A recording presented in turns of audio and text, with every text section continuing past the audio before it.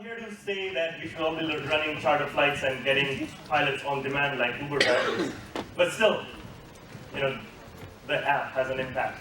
So just a quick show of hands. How many of you have taken an Uber ride before? Almost all of you. How many clicks to make a booking? One, right? How many of you have booked a flight before? All of you. How many clicks to make a booking? From Google, we saw 32.5 visits on 10.5 different websites over 4.2 different sessions. That's a lot of clicking and planning and twiddling and compared to Uber, right? And why do I keep bringing up Uber? Well, let me just start with the background here. My name is Shashank Nigam. I'm with SimpliFlying, and we've worked with about 65 airlines and airports in the last 6 years, specifically at the intersection of airline and branding. So, it's really in-depth at this core intersection. And a lot of the work we do is around helping airlines predict the future and be there when they're there. Like how T was talking about earlier. They want to write the future, not read about the future of what their competitors are doing. So that's what we help airlines do. I want to begin with a story from Dubai. I was there in May, and I was supposed to go for a meeting at a restaurant. It was a dinner meeting at a restaurant. So, of course, at my hotel, instead of hailing a cab and taking out some dirhams, don't worry about all that. I just clicked one button and Ubered a ride. As we were approaching the restaurant, now this was a place I had been to previously. I can see the restaurant across the street. But the Uber guy says, do you mind if I take you on the right side of the road as opposed to dropping you here? And I can see there's traffic on the other side, but he insisted. And said, okay, fine, go ahead. And he has to go 1 mile further up, take a U-turn, and of course he's stuck in traffic. Now I'm too far to even get off and walk, right? So we spend another 20 minutes in traffic, and I'm late for my meeting. As I step out of Uber, Uber always gives you a notification, rate your driver, right? And I just click 2 stars.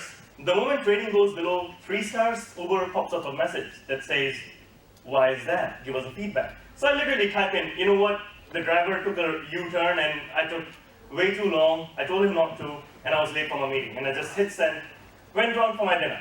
Forgot about the incident. Until 2 hours later, of course, I'm stepping out of the restaurant for a ride back to my hotel. And of course, I pull up Uber and I click on the button, the one button you have to click on. But guess what? At that time, I had received an email from Uber, not in Dubai, but somewhere in California, I guess, saying, Mr. Nigam, we're really sorry about the inconvenience you had. I was like, okay, that's nice.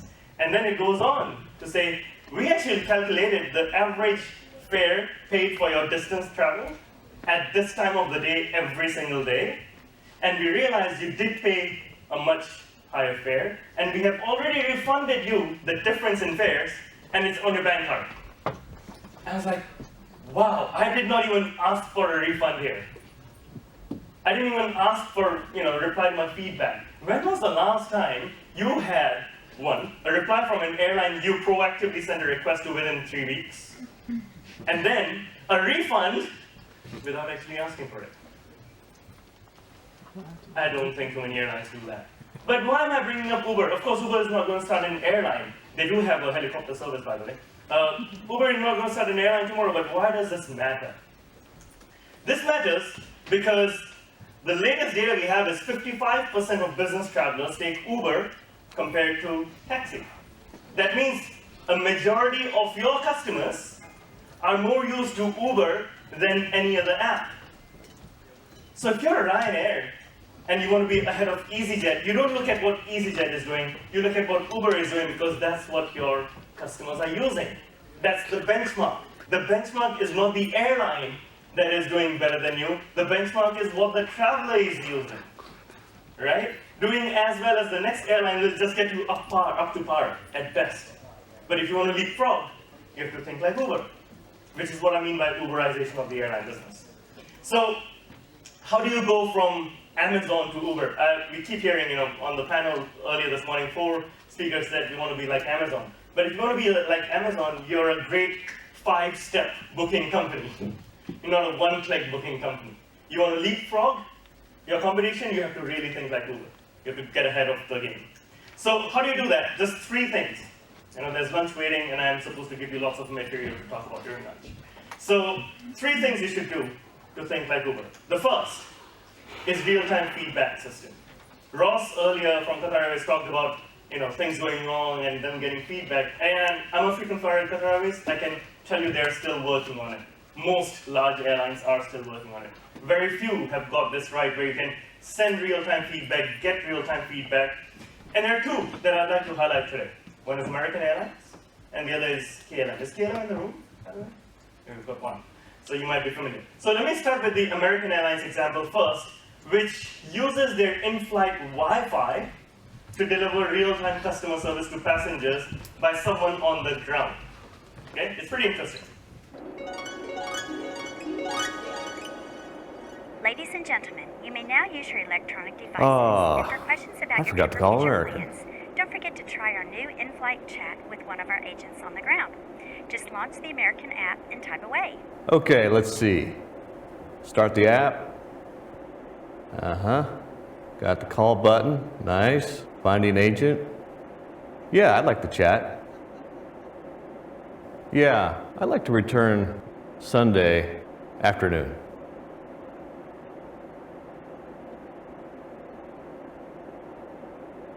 Now this is slick.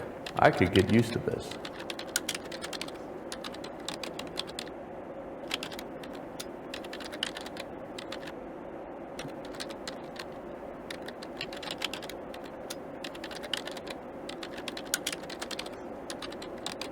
That's perfect. Let's book it.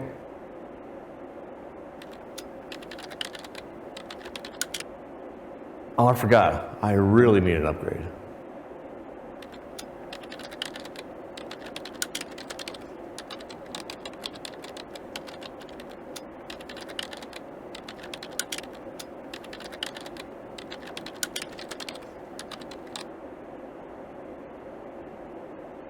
No, that was great. Thanks. This was awesome.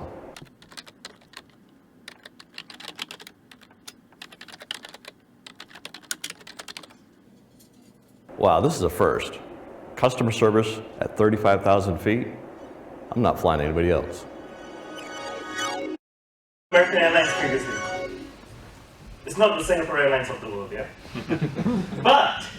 But, if they can do this and provide real-time customer service, guess what? Without actually having a full-flat, widest seat in the world, they actually catch up with the customer ratings pretty quick, right? So this is the soft approach. You can actually use technology to leapfrog, as opposed to working on a new seat design, which probably costs a lot more, right? And American Airlines is not alone. Virgin America has the same functionality embedded in their in-flight system on the screen in front of you, where you can get service. In China, I believe it's China Southern or China Eastern, which has introduced an iPad concierge service where you can order drinks from the back or just chat. And it's integrated, I believe, with WeChat. Correct me if I'm wrong, Jonathan, but I think it's a WeChat integration in that case. KLM has done something else. KLM, of course, has lots of apps, and they're really leading this digital and mobile frontier. What they've done is launched a new app called the KLM Feedback app. This was launched last year, actually, so not so new anymore. What you do is you turn this app on, you select your airport. Let's say, I choose Amsterdam, and then it says, where are you? Let's say I click on check-in, and then it asks me, are you at the kiosk, desk, or drop-off desk? And I say, okay, kiosk. And then all I need to do is do a thumbs up or a thumbs down. Everyone knows what's a thumbs up, right? You can just give a thumbs up or a thumbs down to KLM. And here's the interesting part. This feedback, then you can, of course, add your comments. But the interesting part is, for its key hubs, not for all of them, for its key hubs like Amsterdam or Singapore, KLM is actually completing this feedback loop. Where if you say, you know what, the lounge has no wine, that message, if it's a negative, it's sent to the station manager, who then works on refilling the wine before you leave the lounge. Now that's interesting, because there's no point getting feedback when the passenger's already left, completed his journey. You want to react right now, right? And guess what he will remember? He will not remember that there was no wine. He will remember that you made an effort to replace the wine, right? And that's the power of real-time feedback and customer service. Second thing you should do is rethink ratings. Do you know that, well, since all of you have used Uber, you do rate your drivers, right? But do you know that the drivers also rate you? All of us, if you've used Uber, have a rating, and the driver sees our rating before it picks us up. So if you're always drunk at 2 a.m. coming in Uber, they will not take you, okay, because of a track record you've got. But in the airline world, how many of you are staying in a hotel in London? Just show hands. Afternoon. And how many of you looked at TripAdvisor before booking that hotel? A lot of you again, right? I don't remember the last time I did not look at TripAdvisor before booking a hotel. But is there a TripAdvisor for airlines? I mean, we do have Skytrax with sort of dubious ratings on their website. We do have a couple of other websites, but that's about it. Well, actually, I can share with you here that TripAdvisor will be launching a service for airlines before the end of the year, and there will be a TripAdvisor for airlines. But I think we got to go beyond, because what Uber is doing is real-time rating for each driver, right? A lot of you might have heard of this BA golden ticket. Anyone used it? The British Airways golden ticket? So how this works is frequent flyers, top of the line people, are given this golden ticket, yeah? And you're given 5 golden tickets per year, and you have the option to give this golden ticket to a crew member who made your day, who went above and beyond, who really tried to help you out. So you can give 5 of these away, and then that crew member can get recognition for it internally, potentially use it for his staff evaluation at the end. Now imagine if BA was to think like Uber. What can they do with this? Instead of just a physical card, what if every passenger can rate the crew member on the service they receive? Ross was talking about earlier how they're teaching emotional intelligence to the Qatar Airways staff. What if I could rank and rate whether the crew receives 4 stars or 5 stars? The ground operations or crew management team can actually have real-time data about which crew is performing, and over time, before the crew lands, you can actually see if there's a problem you need to rectify, or use this in staff evaluation. Let's flip this for a minute. What if the crew could rate every passenger? That's a little creepy, but think about it for a minute. What if top frequent flyers could be given these cards, which they could use for an upgrade, or for a business class check-in queue when they're flying economy? Simple things, simple gestures that airlines can do to encourage a certain behavior, like traveling only with carry-on, right? Let's think about that. There are lots of possibilities. The thing is, business travelers are already used to this. This is their behavior anyway. Airlines just need to adapt and adopt. And finally, an app that actually works for the passenger. I don't think airlines have really got their apps right. There are very few that have got it right. In fact, I recently heard Japan Airlines launched 10 apps in the last 8 months. Even if I only fly Japan Airlines, I don't think I'll be downloading 10 apps. Even if I download them, I don't think I'll be opening 10 apps every time I fly. Right? And there are lots of apps which try to be everything to everyone and ultimately be nothing to anyone. I can write that down for you later.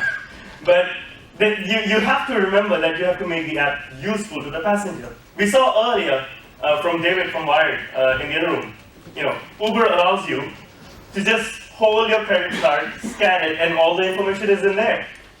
Why is it then that I need to enter my passport details every single time I check in? Even though I'm a frequent flyer, I'm not being used in my frequent flyer account. Yet, I need to, my birth date, on this flight I accidentally entered my birth date as 2015. And they rejected me at boarding, and I said, oh, that was a silly mistake, it's not 2015, I'm obviously much older than that. Why do I have to keep doing it again? And how many of you in the room actually remember your frequent flyer number? 1, 2, right? 2. Hyper-frequent flyers who remember your numbers. Now this is so simple. They are thinking of the customer. And there is actually a couple of airlines who have done a good job. One of them is EasyJet. You should check out their app. If you want to see what's really good and works well, it's simple, it's non-gimmicky, and it just works. EasyJet allows you to just scan your passport. You just scan your passport under the phone and you're all set. You don't have to enter your details ever again because it's stored in the app. Fantastic. I'm happy as a passenger. Even though I only fly EasyJet 5 times a year, as opposed to other airlines 50 times a year, I still want that app. right? Another airline that's really thought about it from a passenger view is JetBlue. They've just recently, a few months ago, released a new app which changes its home screen based on which part of the travel cycle the passenger is in. You can even do business expenses in there. So go to a little 1-minute video from.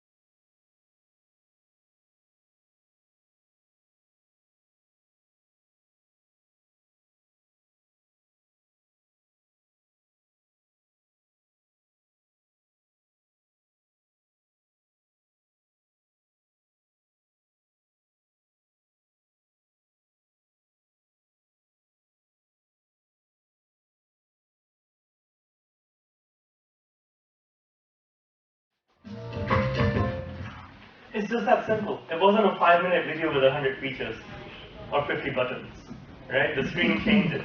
And that business expenses thing is just neat. I don't need to do currency conversion. It's the one thing that makes me open the app even if I'm not flying JetBlue, right? So what can you do with the app such that passengers will open it even when they're flying another airline? Now that's interesting. That's a usable, friendly app, right? So just 3 big things there.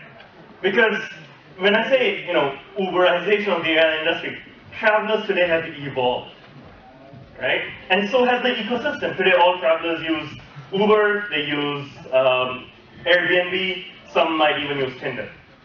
But this is what is shaping the experience of travel.